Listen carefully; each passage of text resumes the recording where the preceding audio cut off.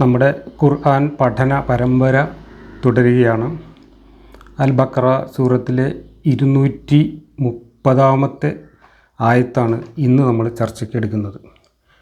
കഴിഞ്ഞ ക്ലാസ്സിൽ നമ്മൾ ചർച്ച ചെയ്തത് വിവാഹമോചനം, അതിനെ തുടർന്ന് ആചരിക്കേണ്ട ഇദ്ദ, വിവാഹമോചനം ചെയ്യുന്ന പലതരം രീതികൾ, ഇങ്ങനെയുള്ള കുറേ കാര്യങ്ങളാണ്.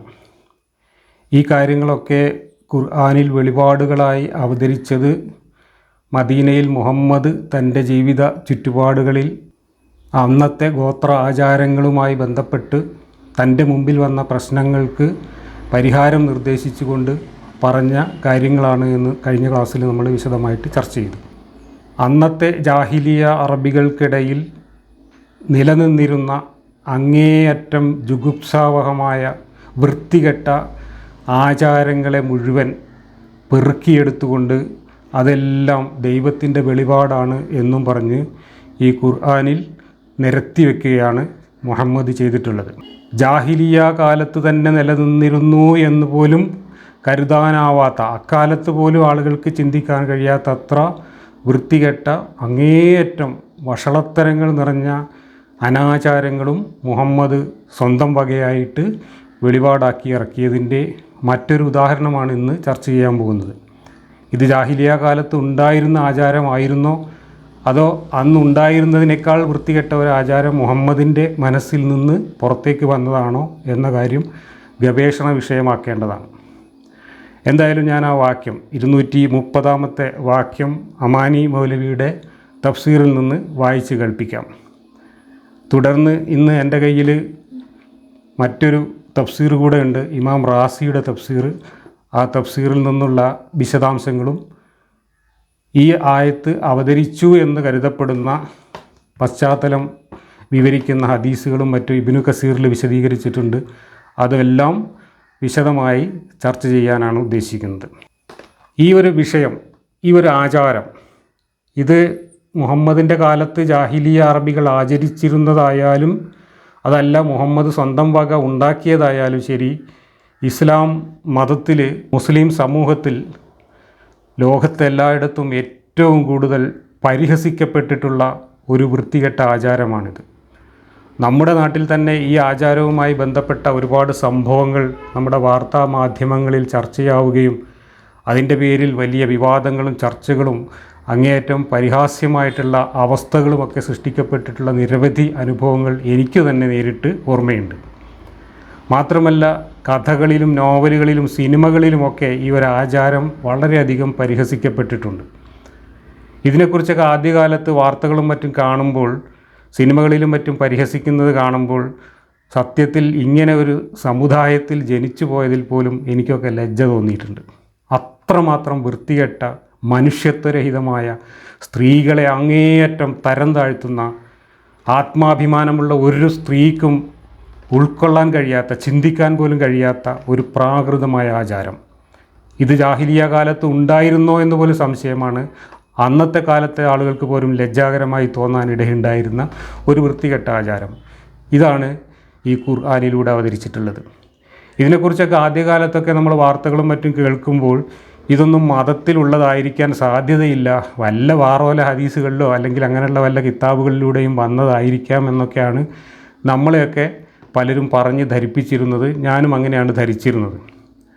പക്ഷേ ഖുർആൻ എന്ന പുസ്തകമെടുത്ത് വായിച്ചു നോക്കിയപ്പോഴാണ് ഈ വൃത്തികേട് ഖുർആൻ എന്ന അള്ളാഹുവിൻ്റെ ഗ്രന്ഥത്തിൽ തന്നെയാണ് എഴുതി വച്ചിട്ടുള്ളത് എന്നും അതുകൊണ്ട് ഈ ആചാരം ഇസ്ലാമിൽ വന്നിട്ടുണ്ടെങ്കിൽ അതിന് മറ്റാരെയും, ഒരു പാളക്കിത്താബിനെയും ഒരു ഹദീസിനെയും കുറ്റം പറയാൻ യാതൊരു നിവൃത്തിയില്ല എന്നും ഞാൻ മനസ്സിലാക്കിയത്. എന്താണ് ഈ ആചാരം? ഞാൻ വായിക്കാം 230 വാക്യം, അൽ ബഖറ സൂറത്ത്. ഇത് അമാനി തഫ്സീറിൽ നിന്നുള്ള പരിഭാഷയാണ്. എന്നിട്ട് അവൻ അവളെ തലാക്ക് നടത്തിയെങ്കിൽ അവനല്ലാത്ത ഒരു ഭർത്താവിനെ അവൾ വിവാഹം കഴിക്കുന്നതുവരേക്കും ഇനി അവൻ അനുവദനീയമാവുകയില്ല. എന്നിട്ട് അവൻ അവളെ വിവാഹമോചനം നടത്തിയെങ്കിൽ അപ്പോൾ അവർ രണ്ടുപേരും അന്യോന്യം മടങ്ങി വരുന്നതിന് അവരുടെ മേൽ തെറ്റില്ല. അവർ രണ്ടാളും അള്ളാഹുവിൻ്റെ അതിർത്തികളെ തങ്ങൾ നിലനിർത്തിപ്പോരുമെന്ന് വിചാരിക്കുകയാണെങ്കിൽ അവ അള്ളാഹുവിൻ്റെ അതിർത്തികളാകുന്നു. അറിയുന്ന ജനങ്ങൾക്ക് വേണ്ടി അവൻ അവ വിവരിച്ചു കൊടുക്കുകയാണ്. ഇതാണ് ഖുർആനിലുള്ള വാക്യത്തിൻ്റെ അസല് പരിഭാഷ. പക്ഷേ ഞാൻ ഈ വായിച്ചതിൽ നിന്ന് ബ്രാക്കറ്റുകൾ ഒഴിവാക്കിയിട്ടുണ്ട്. അതുകൊണ്ട് തന്നെ ഈ വായിച്ച് കേൾക്കുമ്പോൾ എന്താണ് ഈ പിന്നെയും, എന്താണ് ഈ അവൻ, എന്താണ് ഈ അവൾ തുടങ്ങിയ കാര്യങ്ങളൊന്നും ആർക്കും മനസ്സിലാവില്ല. അതൊക്കെ ബ്രാക്കറ്റിലിട്ടിട്ട് പൂർണ്ണത വരുത്തിയാൽ മാത്രമേ ഇതെന്താണെന്ന് മനസ്സിലാവുള്ളൂ. ഇനി ഇമാം റാസിയുടെ തഫ്സീറിൻ്റെ മലയാള പരിഭാഷയിൽ നിന്നുകൂടി ഞാൻ ഈ ആയത്ത് വായിച്ച് അതിന് വിശദീകരണമായി ഇമാം റാസി നൽകിയിട്ടുള്ള കുറച്ച് കാര്യങ്ങൾ കൂടെ വായിക്കാം. അപ്പോഴാണ് ഇതെന്താണ് എന്ന് ഏകദേശം മനസ്സിലാക്കാൻ കഴിയുക. ഇമാം റാസിയുടെ പരിഭാഷയാണ് വായിക്കുന്നത്. 3-ാം പ്രാവശ്യവും അവളുമായുള്ള ബന്ധം വിടർത്തിക്കഴിഞ്ഞാൽ മറ്റൊരു ഭർത്താവിനെ സ്വീകരിച്ച ശേഷമല്ലാതെ അവളെ വിവാഹം ചെയ്യാൻ ആദ്യ ഭർത്താവിന് പാടില്ല. പിന്നീട് 2-ാമത്തെ ഭർത്താവും അവളുമായുള്ള ബന്ധം വിടർത്തിക്കഴിഞ്ഞാൽ പഴയ ദാമ്പത്യ ബന്ധത്തിലേക്ക് തിരിച്ചു പോകുന്നതിൽ അവരിരുവർക്കും കുറ്റമില്ല. എന്നാൽ ഒരു നിബന്ധനയുണ്ട്. അള്ളാഹു നിശ്ചയിച്ച പരിധികൾ ലംഘിക്കുകയില്ലെന്ന് അവർ രണ്ടുപേർക്കും ഉദ്ദേശ്യമുണ്ടാവണം. ഇതെല്ലാം അള്ളാഹുവിൻ്റെ പരിധികൾ. പ്രബുദ്ധ ജനതയ്ക്ക് വേണ്ടിയാണ് ഇതെല്ലാം വിശദീകരിക്കുന്നത്. എന്താണ് സംഭവം? നമ്മൾ കഴിഞ്ഞ ക്ലാസ്സിൽ വിശദീകരിച്ചു. ഒരാൾക്ക് തൻ്റെ ഭാര്യ എന്ന് പറയുന്ന ആ വസ്തുവിനെ ഒഴിവാക്കാനുള്ള മാർഗങ്ങൾ, അവൻ എപ്പോഴാണോ ഒഴിവാക്കണം എന്ന് തോന്നുന്നത് അപ്പോൾ തലാക്ക് എന്ന് ഒഴിഞ്ഞാൽ അവൾ ഭാര്യയല്ലാതാവും. അങ്ങനെ 3 ചാൻസാണ് ഒരാൾക്കുള്ളത്. ആദ്യത്തെ ചാൻസിൽ തലാക്ക് എന്ന് ചൊല്ലിക്കഴിഞ്ഞാൽ പിന്നെ ആ ഭാര്യ 3 മാസം ഈ തലാക്ക് ചൊല്ലിയ ഭർത്താവിൻ്റെ ചെലവിൽ അയാളുടെ വീട്ടിൽ അടങ്ങി ഒതുങ്ങി ഇരിക്കണം. ഈ 3 മാസം കഴിഞ്ഞാൽ അയാൾക്ക് വേണമെങ്കിൽ വീണ്ടും അവളെ വിവാഹം ചെയ്തുകൊണ്ട് തിരിച്ചെടുക്കാം. ഈ 3 മാസം കഴിയുന്നതിന് മുമ്പാണെങ്കിൽ വിവാഹം ചെയ്യാതെ തന്നെ ഭാര്യയെ തിരിച്ചു വിളിക്കാം. അങ്ങനെ ഒരു പ്രാവശ്യത്തെ തലാക്ക് കഴിഞ്ഞു, വിവാഹം കഴിഞ്ഞ് തിരിച്ചെടുത്തു. അത് കഴിഞ്ഞ് 2-ാമത്തെ തലാക്ക് പിന്നൊരു ദിവസം അയാൾക്ക് ദേഷ്യം തോന്നി, അപ്പോൾ അയാൾ വീണ്ടും തലാക്ക് എന്ന് പറഞ്ഞു. അതിനും ഈ സ്ത്രീ പോയിട്ട് 3 മാസം ഇരിക്കണം. ആ ഇരിക്കുന്നതിൻ്റെ ഇടയിൽ അയാൾക്ക് ദേഷ്യം തീർന്നാൽ അയാൾക്ക് തിരിച്ചു വിളിക്കാം. അതല്ല ദേഷ്യം തീർന്നില്ലെങ്കിൽ അയാൾക്ക് പിന്നെ ഒഴിവാക്കാം. ഒഴിവാക്കിയാലും പിന്നെ വേണമെങ്കിൽ അയാൾക്ക് വീണ്ടും അവളെ വിവാഹം ചെയ്തുകൊണ്ട് തിരിച്ചെടുക്കാം. അങ്ങനെ 3-ാം തവണയും ഇയാൾ തലാക്ക് ചൊല്ലി ഒഴിവാക്കി കഴിഞ്ഞാൽ പിന്നെ അവളെ തിരിച്ചെടുക്കാൻ പാടില്ല. തിരിച്ചെടുക്കാം, പക്ഷേ കർക്കശമായ ഒരു നിബന്ധന അള്ളാഹു വയ്ക്കുകയാണ്. എന്താണ് ആ നിബന്ധന? ആ നിബന്ധനയാണ് നമ്മൾ ഈ ഖുർആൻ വാക്യത്തിൽ വായിച്ചത്. 3 പ്രാവശ്യം തലാക്ക് ചൊല്ലി ഭാര്യയെ ഒഴിവാക്കിയ ഒരാൾക്ക് അയാളുടെ ഭാര്യയെ തന്നെ, ആ ഒഴിവാക്കിയ ഭാര്യയെ തന്നെ വീണ്ടും കിട്ടണമെന്നും വീണ്ടും അവളോടൊപ്പം ജീവിക്കണമെന്നും ആഗ്രഹം തോന്നിയാൽ അയാൾക്ക് അവളെ തിരിച്ചു കിട്ടണമെങ്കിൽ ആ ഭാര്യ വേറെ ഒരാളെ കല്യാണം കഴിക്കണം. എന്നിട്ട് കല്യാണം കഴിച്ചിട്ട് അയാൾ ഒഴിവാക്കണം. അയാൾ ഒഴിവാക്കിയിട്ട് അതിൻ്റെ 3 മാസം ഇരിക്കണം. അതും കഴിഞ്ഞിട്ട് ഇയാൾക്ക് വീണ്ടും നിക്കാഹ് ചൊല്ലി ഈ സ്ത്രീയെ തിരിച്ചെടുക്കാം. ഇതാണ് അള്ളാഹുവിൻ്റെ നിയമം എന്ന് പറഞ്ഞുകൊണ്ട് എഴുതി വച്ചിട്ടുള്ളത്.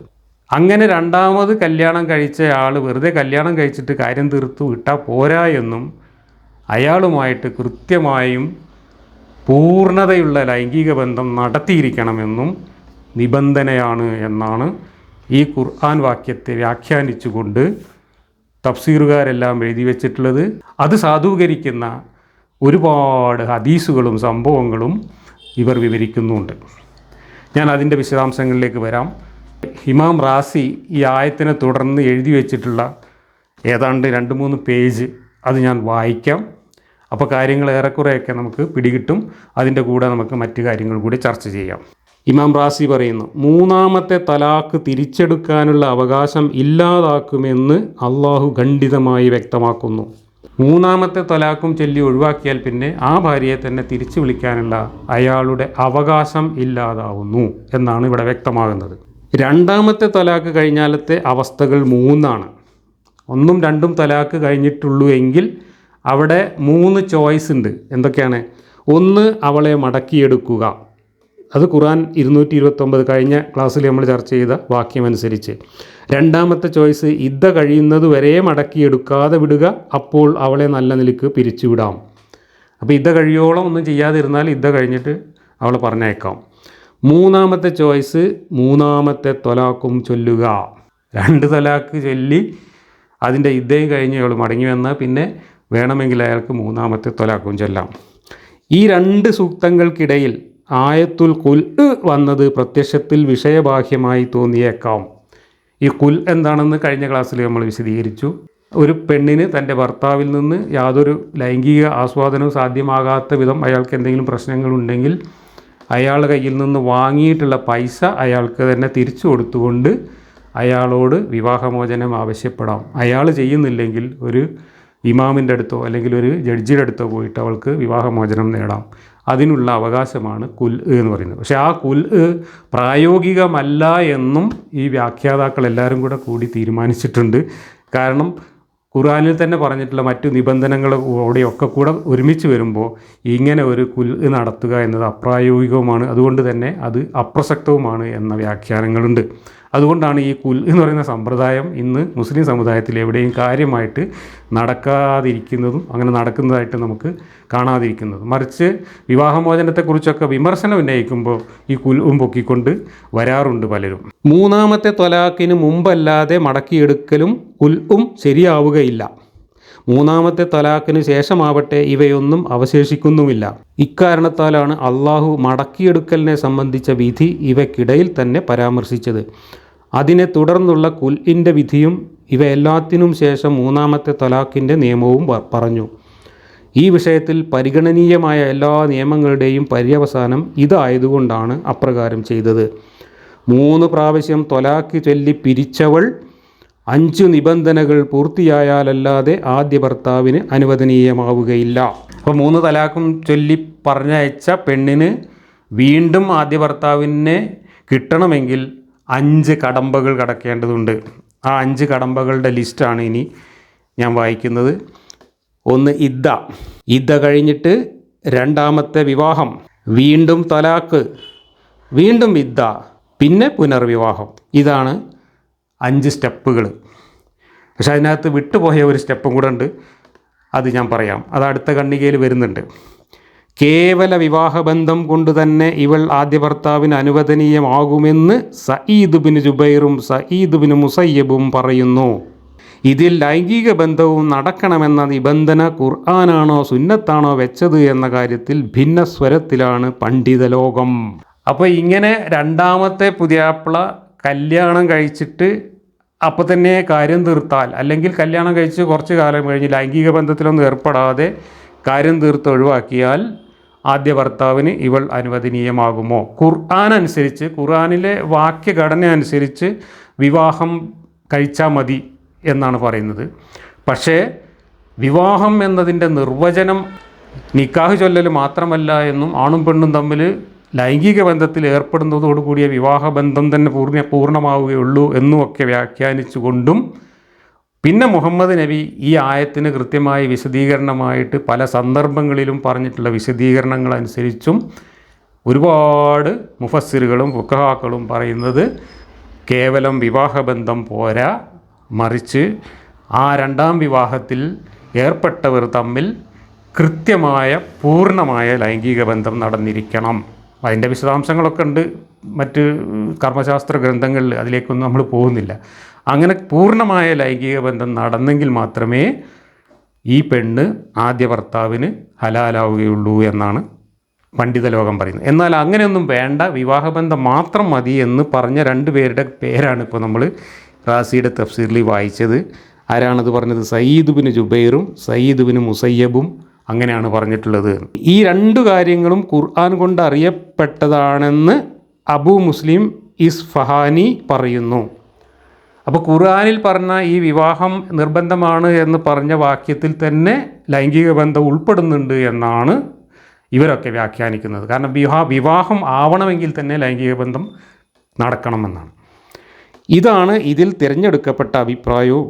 മറ്റൊരു ഭർത്താവ് വിവാഹം ചെയ്യുന്നത് വരെ എന്ന നിബന്ധനയിൽ അത് ഉൾപ്പെടും എന്ന ഭൂരിപക്ഷം പണ്ഡിതന്മാരും പറയുന്നു. ഏതുൾപ്പെടുമെന്ന്? വിവാഹബന്ധം എന്ന് പറഞ്ഞാൽ ലൈംഗിക ബന്ധം കൂടി ഉൾപ്പെടും. അപ്പോൾ അത് നിർബന്ധമാണ് എന്നാണ് പറയുന്നത്. മറ്റൊരു ഭർത്താവ് എന്നത് മറ്റൊരു വിവാഹബന്ധത്തെ സൂചിപ്പിക്കുന്നു. അതിനാൽ ഖുർആൻ കൊണ്ടല്ല സുന്നത്ത് കൊണ്ടാണ് സ്ഥിരപ്പെടുന്നത് എന്ന വാദം ദുർബലമാണ്. അങ്ങനെയല്ലാതെ വിവാഹം അനുവദനീയമല്ലെന്ന് അറിയിക്കുന്നതിനാൽ അത് സംഭവിക്കാതെ ആ വിവാഹം പൂർണ്ണമാവുകയില്ല. വിവാഹം സംഭവിക്കുന്നതോടെ നിരോധനം അവസാനിച്ചു. അത് കേവല വൈവാഹിക ബന്ധത്തെ അറിയിക്കുന്നതാണെങ്കിൽ ഖുർആൻ അത്രയും പറഞ്ഞ് അവസാനിപ്പിക്കുമായിരുന്നു. അപ്പോൾ നിരോധനവും അവസാനിക്കുമല്ലോ. തമീമ ബിന്ത് അബ്ദുറഹിമാൻ്റെ വിഷയത്തിൽ നബിയും അബൂബക്കറും ഉമറും ഇത് ഉറപ്പിച്ച കാര്യമാണ്. ആദ്യ ഭർത്താവിലേക്ക് തന്നെ മടങ്ങാൻ അവൾ ആഗ്രഹം പ്രകടിപ്പിച്ചപ്പോൾ നബി അവളോട് ചോദിച്ചു, മധുവിധു നടക്കുന്നതിന് മുമ്പ് റഫായിലേക്ക് മടങ്ങാമെന്ന് നീ കരുതുന്നുവോ? റഫായുടെ സംഭവത്തിലാണ് ഈ സൂക്തം ഇറങ്ങിയത്. അപ്പോൾ ഈ ആയത്തിറങ്ങിയതിൻ്റെ സബബുൻ നുസൂല് ഒരു റഫായുടെ സംഭവമാണ്. എന്താണ് റഫായുടെ സംഭവം? അതിൻ്റെ പൂർണ്ണരൂപം നമുക്ക് ഇബ്നു കസീറും മറ്റും ഉദ്ധരിച്ചിട്ടുള്ള തഫ്സീറിൽ കാണാൻ പറ്റും.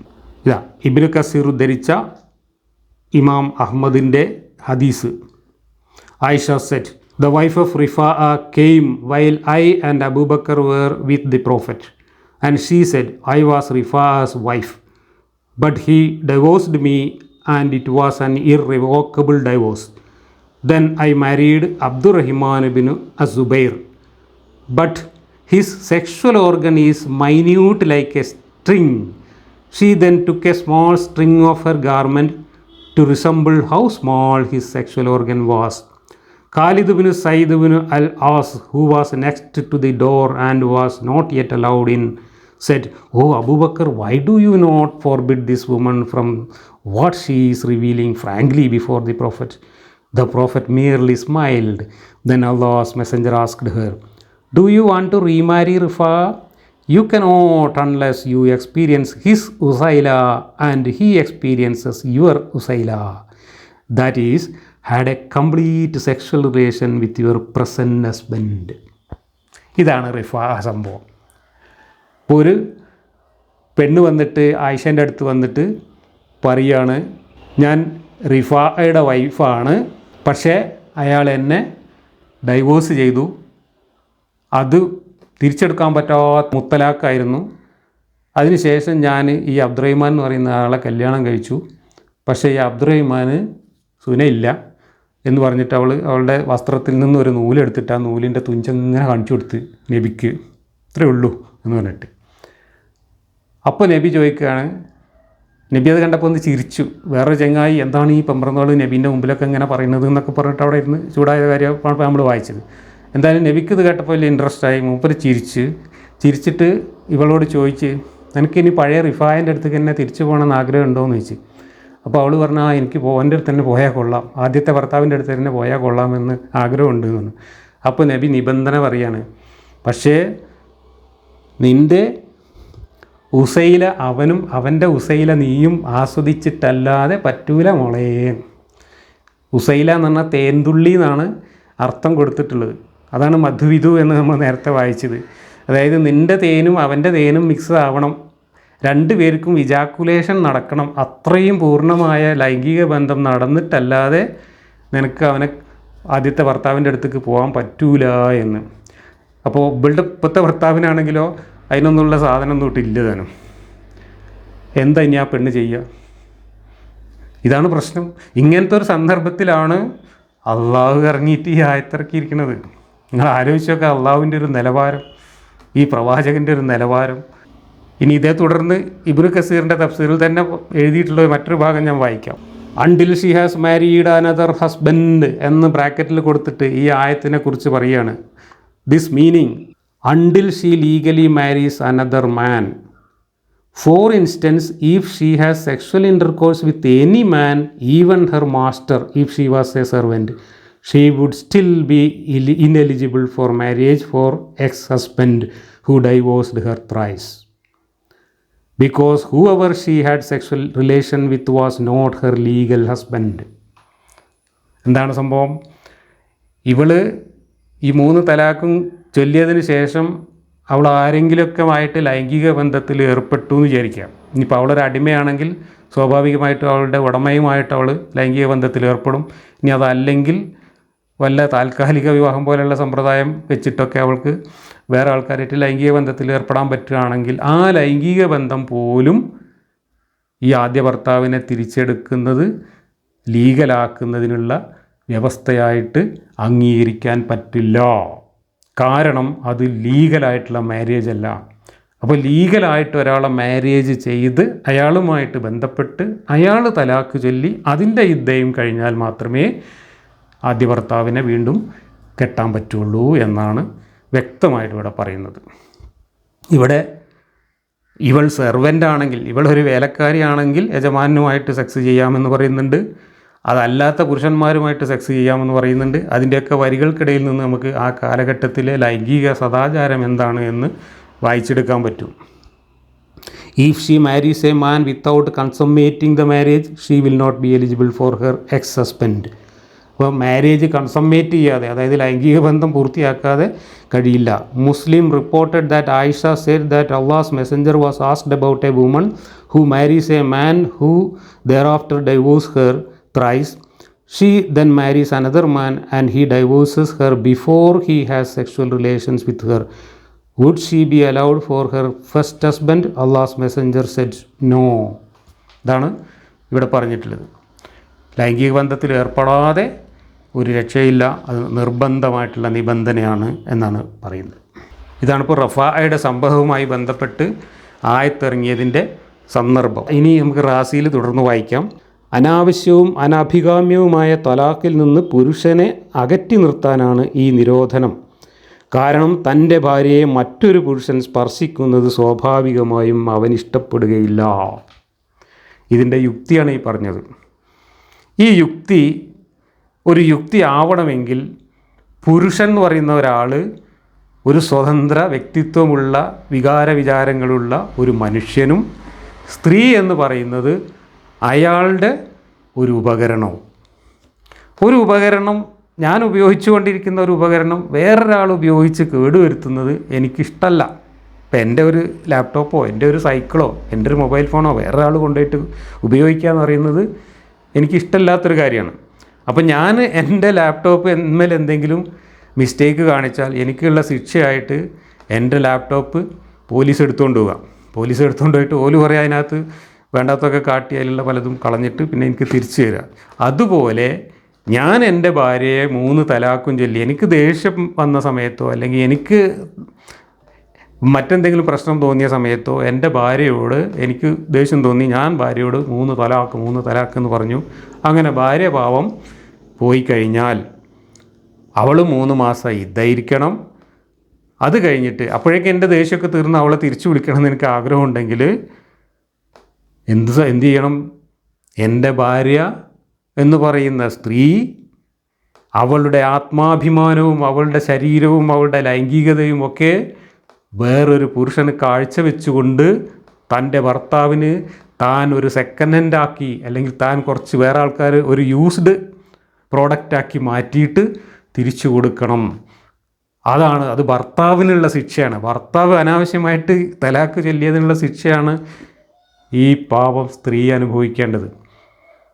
നിങ്ങൾ ആലോചിച്ച് നോക്കുക, ഒരു പടച്ചോൻ്റെ ദൂതനും കൂടിയിട്ട് നിയമം ഉണ്ടാക്കിയതാണിത് ലോകാവസാനം വരെയുള്ള മനുഷ്യന്മാർക്ക് വേണ്ടിയിട്ട്. ഈ പടച്ചോനെയും ഈ പ്രവാചകനെയൊക്കെ നമ്മൾ സംസ്കാരമുള്ള മനുഷ്യർ എന്തായിട്ടാണ് കാണേണ്ടത്? നേരിട്ട് കാണണമെങ്കിൽ കയ്യും കാലും കെട്ടിയിട്ടിട്ട് വല്ല സെപ്റ്റിക് ടാങ്കിലും കെട്ടി താഴ്ത്തണം ഈ ജാതി പടച്ചോന്മാരെയൊക്കെ. ഇത്രയും വഷളത്തരങ്ങളൊക്കെ ഒരു ദൈവം മനുഷ്യരാശിയുടെ മുമ്പിൽ അവതരിപ്പിക്കുമോ എന്ന് സാമാന്യ ബുദ്ധിയും സാമാന്യ സംസ്കാരവും ഉണ്ടെങ്കിൽ ആലോചിച്ച് നോക്കുക. ഇത് മുഹമ്മദ് ജീവിച്ചിരുന്ന കാലത്ത് അന്നത്തെ ജാഹിലിയ അറബികൾക്കിടയിൽ പോലും ഇങ്ങനെ ഒരു വൃത്തികേടുണ്ടായിരുന്നോ എന്നുള്ള കാര്യം സംശയമാണ്. തെളിവൊന്നും കാണുന്നില്ല. ഉണ്ടെങ്കിൽ നമുക്ക് മുഹമ്മദ് അത് കണ്ട് പെറുക്കിയെന്ന് പറയാം. ഇത് അവിടെ ഉണ്ടായിരുന്ന ആചാരത്തെക്കാൾ വലിയ വൃത്തികേടാണ് ഇവിടെ കൊണ്ടുപോയിട്ട് അപ്ലൈ ചെയ്യുന്നത്. അപ്പോൾ ലൈംഗികതയെക്കുറിച്ച്, സ്ത്രീയെക്കുറിച്ച്, ദാമ്പത്യത്തെക്കുറിച്ച്, മനുഷ്യനെക്കുറിച്ചൊക്കെ ഈ മുഹമ്മദ് എന്ന് പറയുന്ന ഗോത്ര മനുഷ്യനുണ്ടായിരുന്ന ധാരണകൾ എത്രമാത്രം പ്രാകൃതമായിരുന്നു, അപരിഷ്കൃതമായിരുന്നു എന്ന് നമുക്കിതിൽ നിന്ന് ചരിത്രപരമായി വായിക്കാം. പക്ഷേ ഇവിടെയൊക്കെ ദൈവം വന്നിട്ട് വെളിപാടിറക്കിയതാണ് ഇത് എന്ന് പറയുമ്പോൾ ആ ദൈവത്തിൻ്റെ നിലവാരം എന്താണ്? ഇതാണ് നമ്മൾ ആലോചിക്കേണ്ട കാര്യം. ഇതുതന്നെയാണ് ഖുർആൻ ക്ലാസ്സിലുടനീളം ഞാൻ പറഞ്ഞുകൊണ്ടിരിക്കുന്നത്. ഇത് പറയാൻ വേണ്ടിയാണ് ഞാൻ ഖുർആൻ ക്ലാസ് നടത്തുന്നത്. അല്ലാതെ ഖുർആൻ എങ്ങനെ ഓതണമെന്ന് പഠിപ്പിക്കാനല്ല. അപ്പോൾ അതാണ് കേസ്. അറബി അറിയില്ല എന്നുള്ളതൊക്കെയാണ് കേസ്. അറബിയിൽ ഇത് എങ്ങനെ ഓതണം, എങ്ങനെ മണിച്ചിടണം, എങ്ങനെ നീട്ടണം എന്നല്ല എൻ്റെ ക്ലാസ്. എൻ്റെ ക്ലാസ് ഇതിനകത്ത് പറഞ്ഞിട്ടുള്ള ആശയങ്ങൾ, ഇതിനകത്ത് പറഞ്ഞിട്ടുള്ള നിയമങ്ങളും ചട്ടങ്ങളും, ഇതിനകത്ത് പറഞ്ഞിട്ടുള്ള അസംബന്ധങ്ങൾ, ഇതൊക്കെ ദൈവം എഴുതിയതാണോ, ദൈവം കെട്ടിയിറക്കിയതാണോ, ഇത് ലോകാവസാനം വരേക്കുള്ള മനുഷ്യർക്ക് വേണ്ടി ആരെങ്കിലും എഴുതി വെച്ചതാണോ, അതോ 6-ാം നൂറ്റാണ്ടിൽ ജീവിച്ചിരുന്ന സ്കൂളിൽ പോയിട്ടില്ലാത്ത സംസ്കാരശൂന്യനായിട്ടുള്ള ഒരു മനുഷ്യൻ അയാളുടെ വികൃതമായ ചിന്തയിൽ നിന്ന് അവതരിപ്പിച്ചതാണോ എന്ന് ചിന്തിക്കാൻ ഈ സമൂഹത്തെ പ്രേരിപ്പിക്കുക എന്ന ലക്ഷ്യത്തോടു കൂടിയാണ് ഞാൻ ഈ ഖുർആൻ ക്ലാസ് നടത്തുന്നത്. അല്ലാതെ നിങ്ങളെ ഓത്ത് പഠിപ്പിക്കാൻ, തജ്വീദ് പഠിപ്പിക്കാനല്ല, അതല്ലാതെ നിങ്ങളെ ഹിഫ്ദ് പഠിപ്പിക്കാനല്ല ഞാൻ ഖുർആൻ ക്ലാസ് നടത്തുന്നത് എന്ന് ഈ അറബി ഭാഷയും കൊണ്ടുവരുന്നവരോട് ഈ സാന്ദർഭികമായിട്ട് പറഞ്ഞു എന്നേ ഉള്ളൂ. ഇനി ഖുർആനിൽ അള്ളാഹു പറഞ്ഞ ഈ ഒരു കാര്യം, അള്ളാഹു എന്ന ദൈവം ഏതെങ്കിലും ഒരു കാര്യം അഭിപ്രായ വ്യത്യാസമില്ലാതെയും തർക്കത്തിന് ഇട നൽകാതെയും വ്യക്തതയോടെയും പറഞ്ഞിട്ടുണ്ടോ? നമ്മൾ ഇതുവരെ ചർച്ച ചെയ്ത സകല കാര്യങ്ങളിലും അവ്യക്തത ഉണ്ട്. ആ അവ്യക്തത കാരണം പണ്ഡിതന്മാരും വ്യാഖ്യാതാക്കളും തർക്കിക്കുന്നതാണ് നമ്മൾ കണ്ടത്. ഈ പ്രശ്നത്തിലുണ്ട് തർക്കം. ഒരു തർക്കം ഇപ്പോൾ നമ്മൾ ഓൾറെഡി കണ്ടു കഴിഞ്ഞു. എന്താണ്? 3-ാമത്തെ തലാഖും ചൊല്ലിയ ആൾ രണ്ടാമത് പിന്നീട് കെട്ടുന്ന ഭർത്താവുമായിട്ട് ലൈംഗിക ബന്ധം നിർബന്ധമാണോ അല്ലേ എന്ന കാര്യത്തിൽ തർക്കമുണ്ട്. കാരണം ലൈംഗിക ബന്ധം നിർബന്ധമാണ് എന്ന് പ്രത്യേകം ഖുർആനിൽ പറഞ്ഞിട്ടില്ല. ഖുർആനിൽ വിവാഹബന്ധം എന്ന് പറഞ്ഞിട്ടുള്ളൂ. ആ വിവാഹബന്ധത്തിൽ ലൈംഗികതയും കൂടെ ഉൾപ്പെടുമെന്ന് വ്യാഖ്യാനിച്ചുകൊണ്ടും മുഹമ്മദ് നബി ഇതേമാതിരി അന്നത്തെ സന്ദർഭം അനുസരിച്ച് മുഹമ്മദ് നബിയുടെ മുമ്പിൽ വന്ന പെണ്ണുങ്ങളോടൊക്കെ പറഞ്ഞ വൃത്തികേടിൻ്റെ അടിസ്ഥാനത്തിലും അതിൻ്റെ ഹദീസുകളുടെ അടിസ്ഥാനത്തിലുമാണ് ലൈംഗിക ബന്ധം കൂടെ നിർബന്ധമാണ് എന്ന നിബന്ധന പണ്ഡിതന്മാർ വെച്ചിട്ടുള്ളത്. എന്നാൽ അതൊന്നും ആവശ്യമില്ല. ഖുർആൻ മാത്രം പ്രമാണമാക്കുന്ന ചില ആൾക്കാർ, അല്ലെങ്കിൽ ഖുർആൻ നേരിട്ട് വായിച്ചിട്ട് അതിലങ്ങനെ പറഞ്ഞിട്ടില്ല എന്ന് പറഞ്ഞുകൊണ്ട് ചില ആൾക്കാർ പണ്ട് മുതലേ ഇതിൽ ലൈംഗിക ബന്ധം നിർബന്ധമില്ല എന്നും പറഞ്ഞിട്ടുണ്ട് എന്നാണ് ഇപ്പോൾ റാസിയുടെ തഫ്സീറിൽ നമ്മൾ വായിച്ചത്. അപ്പോൾ അവിടെ ഇത് ലൈംഗിക ബന്ധം കൂടി ഉൾപ്പെടുന്നതാണോ അല്ലേ എന്നത് സംശയം വരുന്നു. സംശയം വരാത്ത രീതിയിൽ വ്യക്തമായിട്ട് ഈ ചങ്ങായിക്ക് പറഞ്ഞൂടെ? ഒരു കാര്യത്തിലും പറഞ്ഞിട്ടില്ല. കാരണം അതൊന്നും ചിന്തിച്ചിട്ടില്ല. ഇത് നാളെ തർക്കമുണ്ടാവാൻ ഇടയുണ്ടോ, ഇതിന് ഞാൻ ഈ പറയുന്നതിൽ എന്തെങ്കിലും അവ്യക്തതയുണ്ടോ എന്നൊന്നും ചിന്തിക്കാൻ സ്കൂളിൽ പോകാത്ത മുഹമ്മദിന് സാധിച്ചിട്ടില്ല എങ്കിൽ അതിൽ നമുക്ക് യാതൊരു അത്ഭുതവുമില്ല. പക്ഷേ സർവജ്ഞാനി എന്ന് പറഞ്ഞുകൊണ്ട് ഒരു പടച്ചോൻ ഇതൊക്കെ കെട്ടിയിറക്കുമ്പോൾ ആ പടച്ചോൻ അറിയണ്ടേ നാളെ ഇതിൻ്റെ പേരിൽ പണ്ഡിതന്മാർ വ്യാഖ്യാതാക്കളും തർക്കിക്കും, ഇതിലൊരു വ്യക്തത കുറവുണ്ട്, എന്നാൽ പിന്നെ അതും കൂടെ ഇതിനകത്ത് ഉൾപ്പെടുത്തിയിട്ട് പറഞ്ഞോളാം എന്നെന്തേ ഈ ചങ്ങാതി ഒരു കാര്യത്തിലും ചിന്തിക്കാതെ പോയത്? ഒറ്റ ഉത്തരമേ ഉള്ളൂ, ഇത് സർവജ്ഞാനിയായ പടച്ചോൻ്റെ തലയിൽ നിന്ന് വന്നതല്ല, അല്പജ്ഞാനിയും വിവരദോഷിയുമായിട്ടുള്ള ഒരു മനുഷ്യൻ്റെ തലയിൽ നിന്ന് പുറത്തു ചാടിയതാണ്. ഇതാണ് ഞാൻ ഈ ഖുർആൻ ക്ലാസ്സിലൂടെ പറഞ്ഞുകൊണ്ടിരിക്കുന്നത്. നബിക്ക് ശേഷം അവിടുത്തെ ഭാര്യമാരെ മറ്റാരും വിവാഹം ചെയ്യരുതെന്ന് അള്ളാഹു വിലക്കിയതും അതുകൊണ്ട് തന്നെയാണ്. ചില പണ്ഡിതന്മാർ അഭിപ്രായപ്പെട്ടതിന് കാരണവും മറ്റൊന്നല്ല.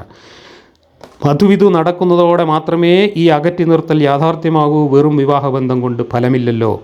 1-ാമത്തെയോ 2-ാമത്തെയോ തലാഖിന് ശേഷം മറ്റൊരാൾ വിവാഹം കഴിച്ച് ഒഴിവാക്കി മടങ്ങി വന്നവരുടെ കാര്യത്തിൽ ആദ്യ ഭർത്താവിന് ഒരു തൊലാഖ് മാത്രമേ ഉണ്ടാവൂ എന്ന് ഷാഫി പറയുന്നു.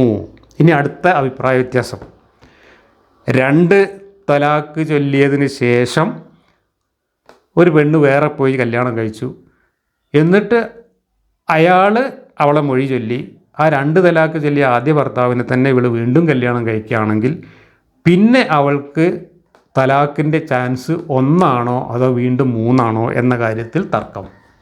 അതാണ് ഇപ്പോൾ ഇവിടെ പറഞ്ഞത്.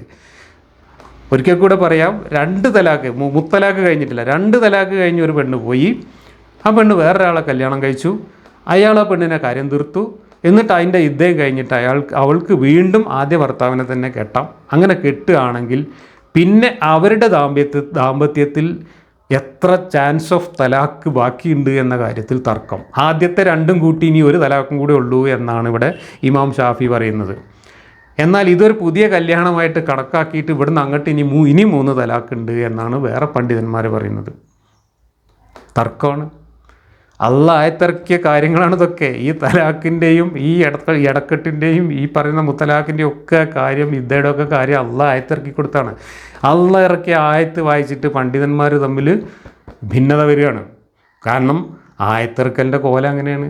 ഒരു കാര്യവും മനുഷ്യനും മനസ്സിലാവുന്ന രീതിയിൽ, തർക്കമില്ലാത്ത രീതിയിൽ പറഞ്ഞാൽ അള്ളാഹ്ക്ക് കഴിഞ്ഞിട്ടില്ല.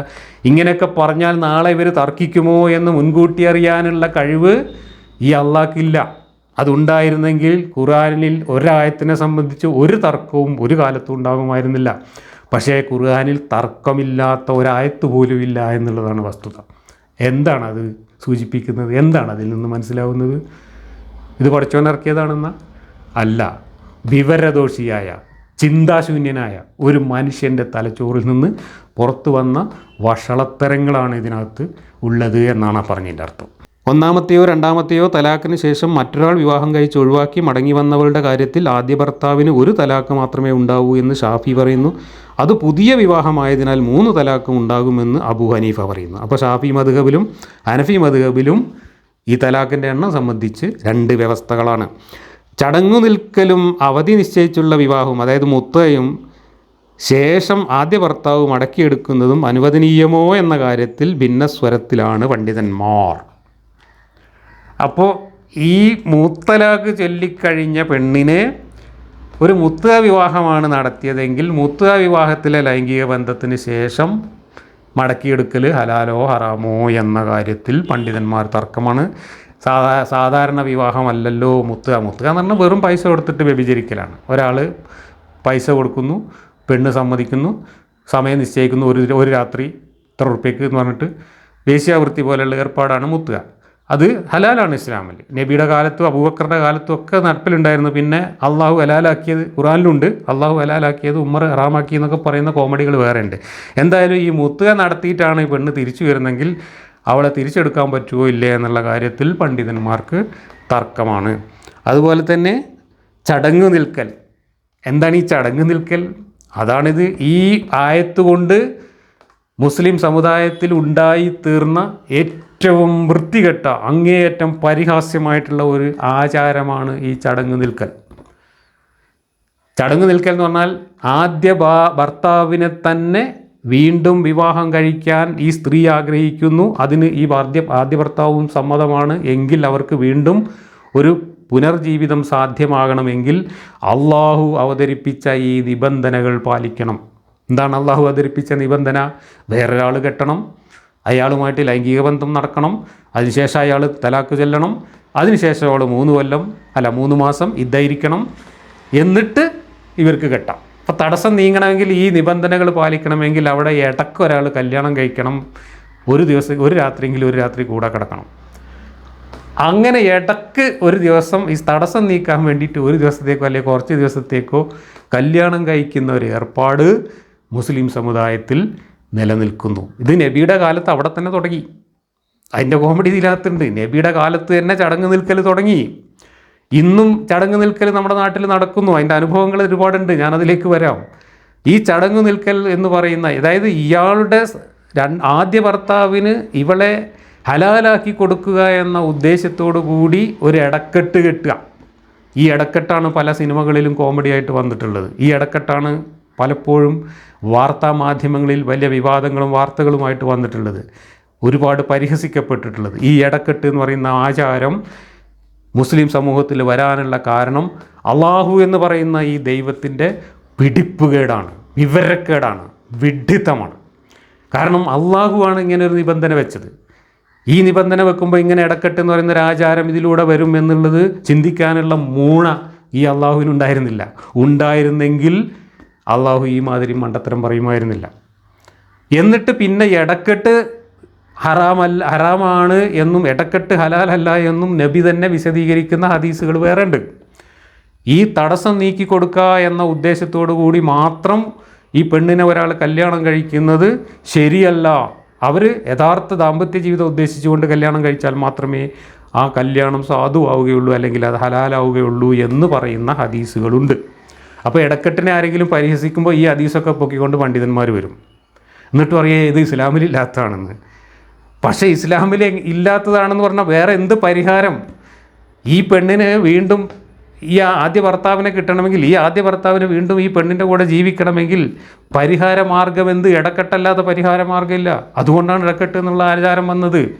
ആ ആചാരം വരാൻ കാരണക്കാരൻ അള്ളാഹുവാണ്. എന്നിട്ട് ആ അള്ളാഹുവിൻ്റെ ദൂതൻ പറയാണ് ഇടക്കെട്ട് കെട്ടാൻ പാടില്ല എന്ന് വെച്ചാൽ 3 തലാക്കും ചൊല്ലി ഒഴിവാക്കിയ ഭാര്യനെ പിന്നെ ഇയാൾക്ക് വീണ്ടും ഒരു കാരണവശാലും വിവാഹം ചെയ്യാൻ പറ്റില്ല എന്നർത്ഥം. എന്നാൽ ഈ ആയത്തിറങ്ങിയ പശ്ചാത്തലം എന്താണ്? അതും ഒരു പെണ്ണ് ഇങ്ങനെ രണ്ടാമത് കല്യാണം കഴിച്ച് മുത്തലാഖ് കഴിഞ്ഞിട്ട് രണ്ടാമത് കല്യാണം കഴിച്ച് വന്നപ്പോൾ ആ പെണ്ണ് പറഞ്ഞു എനിക്ക് ഇവനെ വേണ്ട, ഞാൻ ആദ്യത്തെ വ്യാപ്ലൻ്റെ കൂടെ തന്നെ പോയിക്കോട്ടെ എന്ന് ചോദിച്ചപ്പോൾ നബി പറഞ്ഞതാണ് നിങ്ങൾ തമ്മിൽ തേൻതുള്ളി അങ്ങോട്ടും ഇങ്ങോട്ടും പകർന്നിട്ടല്ലാതെ പറ്റൂല എന്ന്.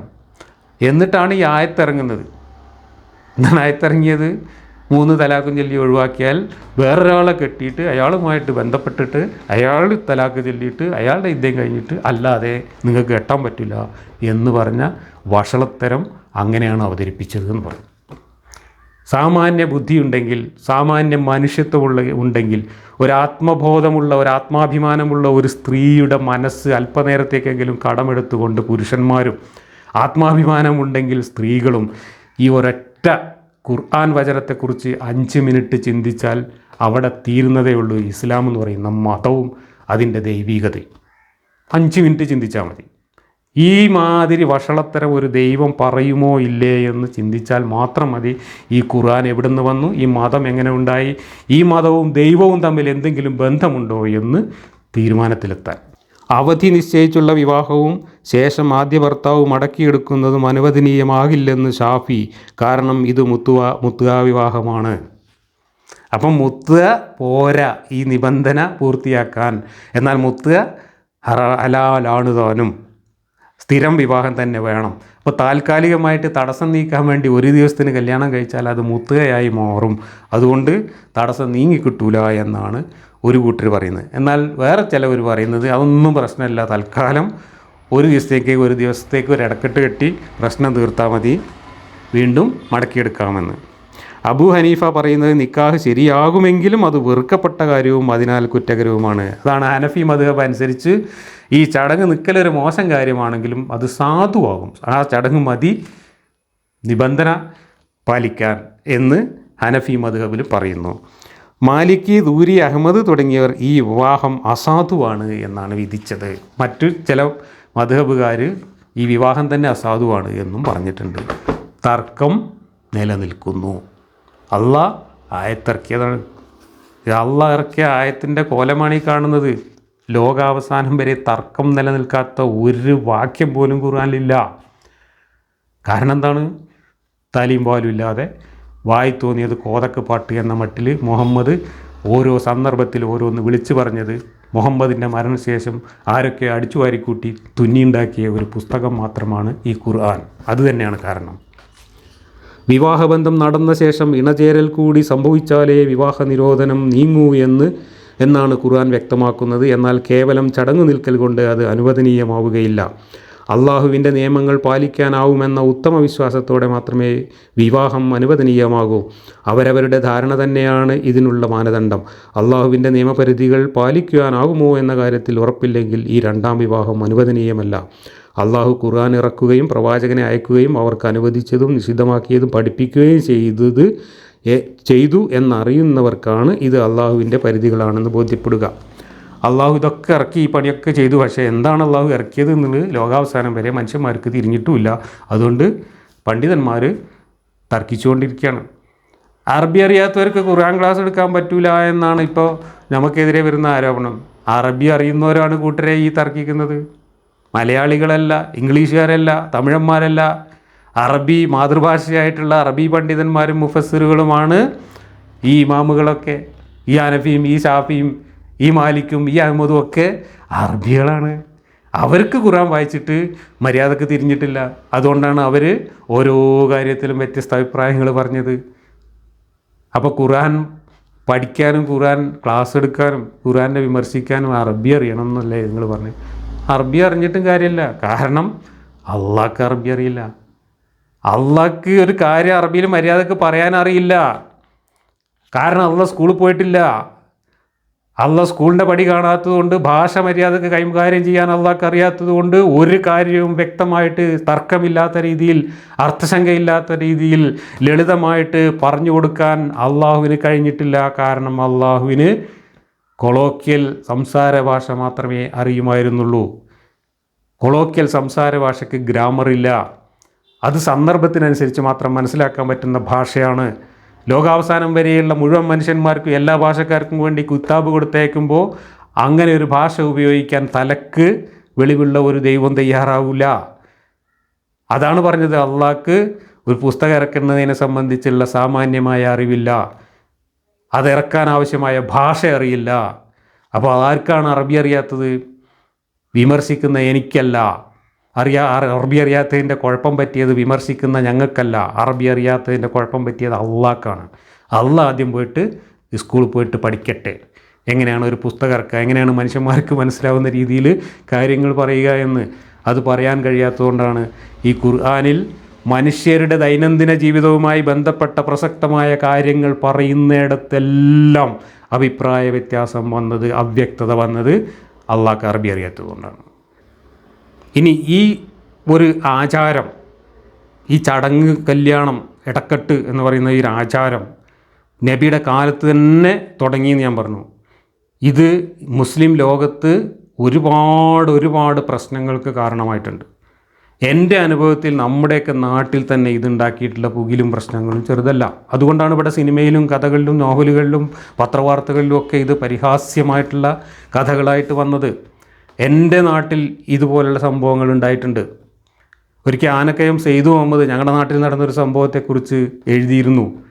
വയസ്സായ കൂലിപ്പണിയെടുത്ത് ജീവിച്ചിരുന്ന വയസ്സായ പാവപ്പെട്ട ഒരു സ്ത്രീയും പുരുഷനും. മനുഷ്യന് എന്തോ ദേഷ്യം പിടിച്ചൊരു സമയത്ത്, മൂക്കത്തരിശം കയറിയ സമയത്ത്, ഞാൻ എന്നെ 3 തലാക്കും ചൊല്ലിക്കണമെന്ന് പുറത്തിറങ്ങി നാട്ടുകാരെ കേൾക്കാൻ അങ്ങ് പറഞ്ഞു. ഞാൻ ഓളെ തലാക്ക് ചൊല്ലിക്കണം, 3 തലാക്കും ചൊല്ലിക്കണമെന്ന്. പള്ളിക്കാരും കേട്ട്, നാട്ടുകാരൊക്കെ കേട്ട്.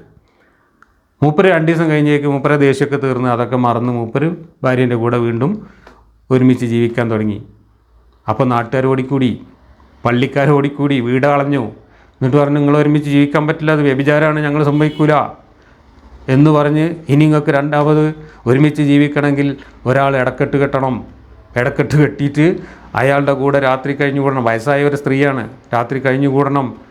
അത് നാട്ടുകാരെല്ലാവരും ബോധ്യപ്പെടുത്തണം. എന്നിട്ട് തലാക്ക് ചെല്ലണം, എന്നിട്ട് ഇരിക്കണം.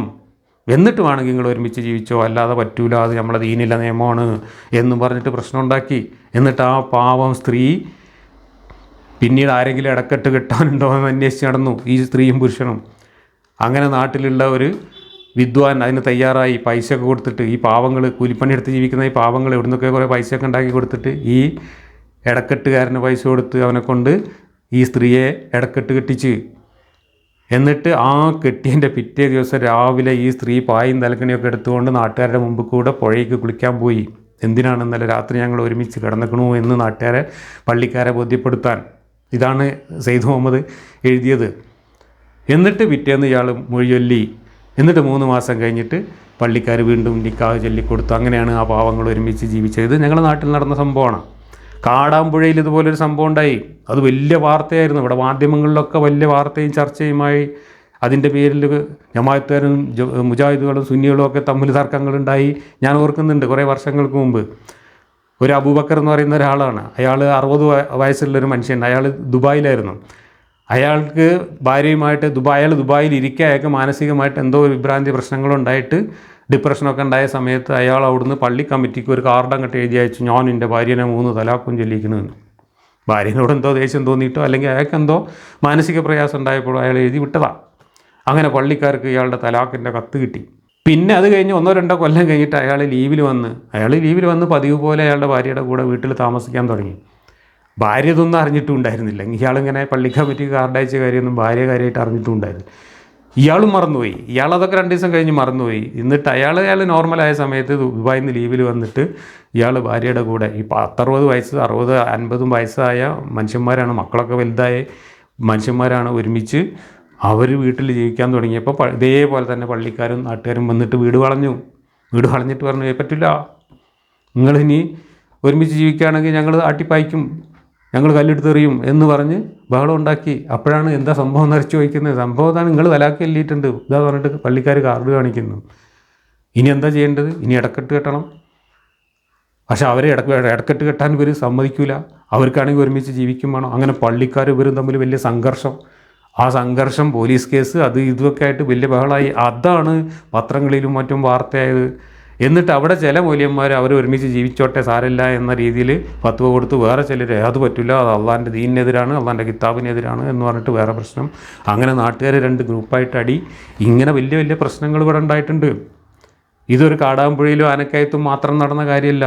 നമ്മുടെ നാട്ടിൽ മുമ്പൊക്കെ പല സ്ഥലത്തും ഈ സംഭവം നടന്നിരുന്നു. ഇങ്ങനെ ഇടക്കെട്ട് കെട്ടി പൈസ ഉണ്ടാക്കാൻ നടക്കുന്ന ബിരുദന്മാരും ഈ കല്യാണ ബ്രോക്കർമാരും ഒക്കെ ഉണ്ട്. ബ്രോക്കർമാർ തന്നെ ആയിരിക്കും പലപ്പോഴും ഈ ഇടക്കെട്ട് കിട്ടുക. എൻ്റെ അനുഭവത്തിലുണ്ട്. ഇടക്കെട്ട് കെട്ടലും കൂടെ ബ്രോക്കർമാരെ പണിയാണ്. ബ്രോക്കർമാർ കല്യാണം ഉണ്ടാക്കി കൊടുത്ത് കമ്മീഷൻ വാങ്ങുന്നവരാണ്. അപ്പോഴാണ് ഈ ഇടക്കെട്ടിൻ്റെ ആവശ്യക്കാർ എവിടെയെങ്കിലും ഉണ്ടെന്ന് പറഞ്ഞാൽ അതും ഞാൻ തന്നെ ചെയ്തോളാം എന്ന് പറഞ്ഞിട്ട് പോയി ഇടക്കെട്ടും കെട്ടി അതിൻ്റെ പൈസയും വാങ്ങും. അങ്ങനത്തെ ഏർപ്പാട് ഈ സമുദായത്തിനകത്തുണ്ട്. ആരാ അതിനൊക്കെ കാരണക്കാരൻ? തലക്ക് വെളിവില്ലാത്ത അള്ളാഹുവാണ് ഇതിന് കാരണക്കാരൻ. കാരണം ഈ ജാതി വഷളത്തരം ഖുർആനിലാണ് എഴുതി വെച്ചിട്ടുള്ളത്. ഇതൊരു ഹദീസിലല്ല, ഒരു ഏതെങ്കിലും പാള കിതാബിലല്ല, അള്ളാൻ്റെ കിതാബ് എന്ന് പറയുന്ന ഈ ഖുർആനിലാണ് ഈ വഷളത്തരം എഴുതി വെച്ചിട്ടുള്ളത്. അതിൻ്റെ അനന്തരമായി വന്നിട്ടുള്ള ബൈ പ്രോഡക്റ്റാണ് ചടങ്ങു നിൽക്കൽ എന്ന് പറയുന്ന അനാചാരം. എന്നിട്ട് ആ അനാചാരം തെറ്റാണ്, അത് അസാധുവാണ്, അത് ഹറാമാണ് എന്ന് വേറെ പറയുക. എന്ത് കാര്യം? ആ ഹറാം ഉണ്ടാവാനുള്ള കാരണം ഇതല്ലേ? അങ്ങനെ ഒരു ഹറാമിൽ കൂടെ അല്ലാതെ പിന്നെ ഈ പറയുന്ന കാടാമ്പുഴയിലെ ആനക്കയത്തെ ഈ വയസ്സുകാലത്ത് ഈ സ്ത്രീക്കും ഈ പുരുഷനും ഒരുമിച്ച് ജീവിക്കാൻ പറ്റുമോ?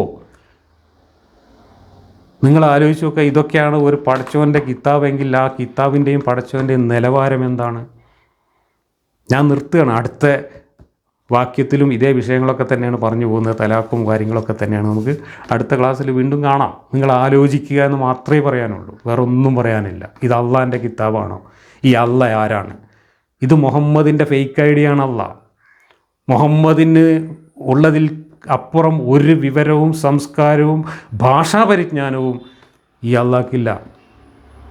അറബി പോലും അള്ളാഹ്ക്ക് അറിയില്ല. മര്യാദക്ക് അറബി ഭാഷയിൽ ഒരു ഗ്രാമർ തെറ്റാതെ ആൾക്കാർക്ക് മനസ്സിലാവുന്ന രീതിയിലൊരു വാക്യം ഉച്ചരിക്കാനുള്ള കഴിവ് പോലും ഈ അള്ളാഹ്ക്കില്ല എന്ന് തെളിയിക്കുന്നതാണ് അള്ളാഹിൻ്റെ ഈ പുസ്തകം. കാരണം അള്ളാഹ് സ്കൂൾ പഠിക്കാത്ത, വിവരമില്ലാത്ത, സംസ്കാരമില്ലാത്ത, പടുജാഹിലായി ജീവിച്ചിരുന്ന മുഹമ്മദിൻ്റെ ഫേക്ക് ഐഡിയാണ്. ഇത്രയേ എനിക്ക് പറയാനുള്ളൂ. അടുത്ത ക്ലാസ്സിൽ ബാക്കി നമുക്ക് ചർച്ച ചെയ്യാം.